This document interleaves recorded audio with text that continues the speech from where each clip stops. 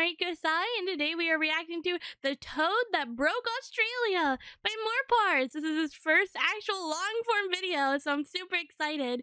Also, chat is joining me today. They would like to tell you to like and subscribe. Australia is home to some of the deadliest animals on the planet. But what if I told you there's one creature they all fear? An invasive species, millions strong, wiping out native animals that we are locked in combat with to this very day. What kind of vile beast is capable of spreading such reckless hate? The answer is this fat fucking toad. Oh my god, he's huge! But how did this war begin? Well, to answer your question, we're going to have to go way That's a big back. boy! The year is 1866. We are in the land down under, and our story begins the same way many tragedies do. Oh! With the British. Oh! You see, having gone hippity-hoppity, your ancestral home is now my property, around 90 years back, the Brits were in full swing, rampantly colonising the country. And part of that included agriculture. Doing that. Now, they brought with them many crops, but the important one in this story is sugarcane. Sugar, valued not only for trade, but also because, well, the fucking tea isn't going to sweeten itself, is it? I put so much sugar in my tea, I feel called out. But you see, sugarcane only grows in the heat, which ruled out the south of the country. Oh. It also likes humid environments, which ruled out Western Australia. Literally Mad Max, true. And so, the cane farmers loaded up their first Stardew Valley save in Queensland in 1866. Queensland! But the farmers ran into an issue. You see, Queensland is home to these nifty little bugs called Dermalopida albahertum. These are native beetles that hit their macros by munching on plant leaves. So when cane farmers joined the Queensland Minecraft server and set up a fucking Hermitcraft-sized farm, the beetles were in heaven and set to work demolishing the plant leaves. Now, funnily enough, the adult bugs weren't actually the problem. Sugarcane leaves hold full value.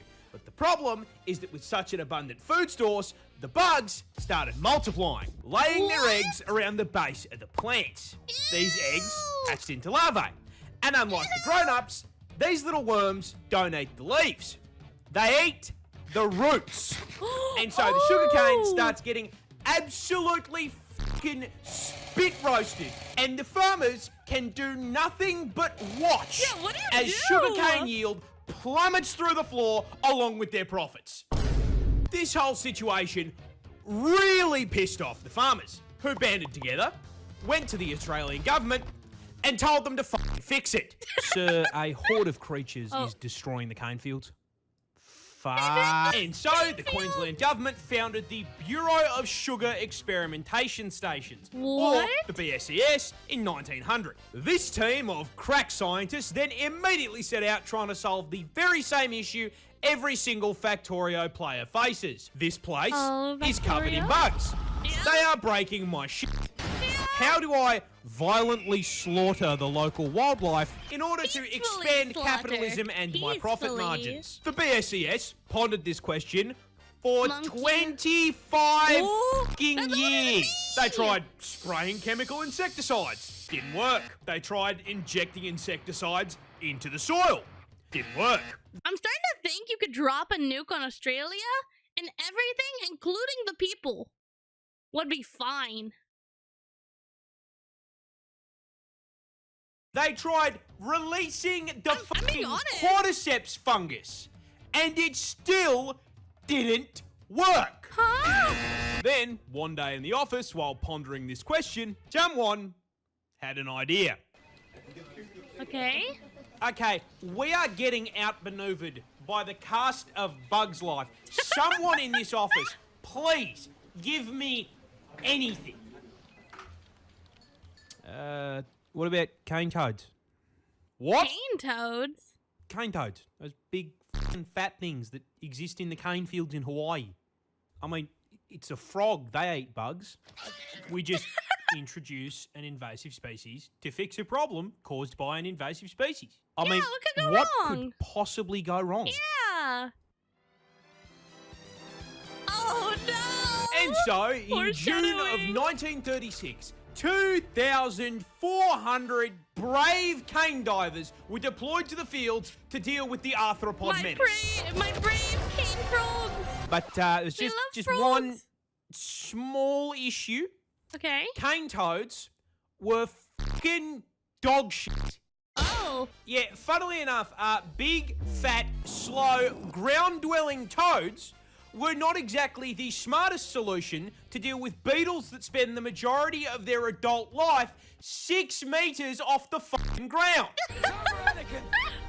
I have the high ground. On top of that, cane toads don't dig for food either, so they didn't eat the larvae. Now, this all sounds like information that should have come up during the research and study phase You of would the plan. think, wouldn't you? This, however, implies that there was a research and study phase.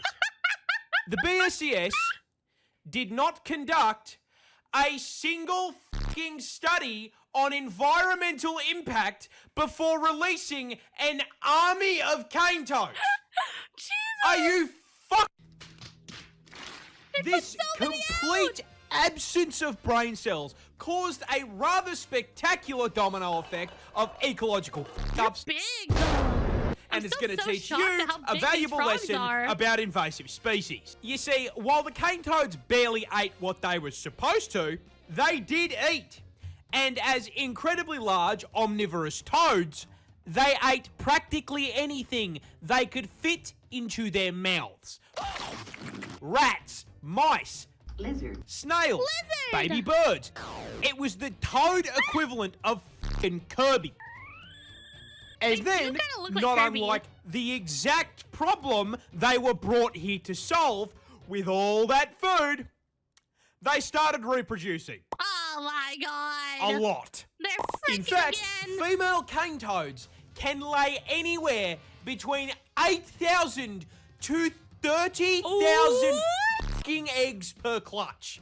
But I mean, this should not be too much of a problem. Australia is home to some of the deadliest creatures on the planet. Surely, the local wildlife has this under control. Wait, Oh. what? What? Yeah, cane toads, they're poisonous. So those Oh little my bulges on the God. shoulder, those are parotid glands, and they are packed to the brim with bufotoxin. No, that's not a D's nuts joke. What is a bufo? Got him! Now, whenever the adult toads are threatened, they will squirt this white, sticky fluid out of the glands. And when ingested, it does two things. One, makes you trip absolute balls Oh, thanks to the fun. hallucinogenic bufotenin. Fun. And two, the other ingredient, Kills you. bufogen, just straight up gives you a fucking heart attack. Yeah, one gets you It's high, the other important to kills note you. that this toxin is also present in their eggs and tadpoles. Now, in their natural habitat, this isn't as much of a problem because everything around them has had thousands of years to get good and deal with this ass poison build by either developing immunity or learning to eat around the glands. But Okay. Australia is not their ecosystem. Yeah. And despite all of the deadly animals we've got, they have had a grand total of 5 minutes to adapt to the presence of the fucking Calid toad. Oh my god! Now, quick question for the class. What happens to an animal population when there is nothing to eat it? It gets bigger. And so, shortly after being introduced, a rapidly expanding tyrannid swarm of toads began to spread across the country. The BSES taking noticed over. this and did fucking nothing. Because it technically didn't affect the sugarcane. The swarm spread further, occupying all inhabitable parts of Queensland, and they were laying so many fucking eggs that their clutches began polluting the waterways like a bufotoxin teabag, killing native fish as well as any animals that drank from the water. The BSES did nothing. Those eggs hatched into tadpoles, which started killing more fish. The BSES still did nothing. I'm The noticing a trend swarm here. had advanced, breaching into the Northern Territory and New South Wales. When questioned, the BSES insisted the toads were doing their jobs and everything was fine. By the Everything's 1980s, fine, guys. the toads were Everything's now fine, be starving out fair. or just fucking eating local wildlife and one-shotting anything They're that so tried to big, eat them. bro.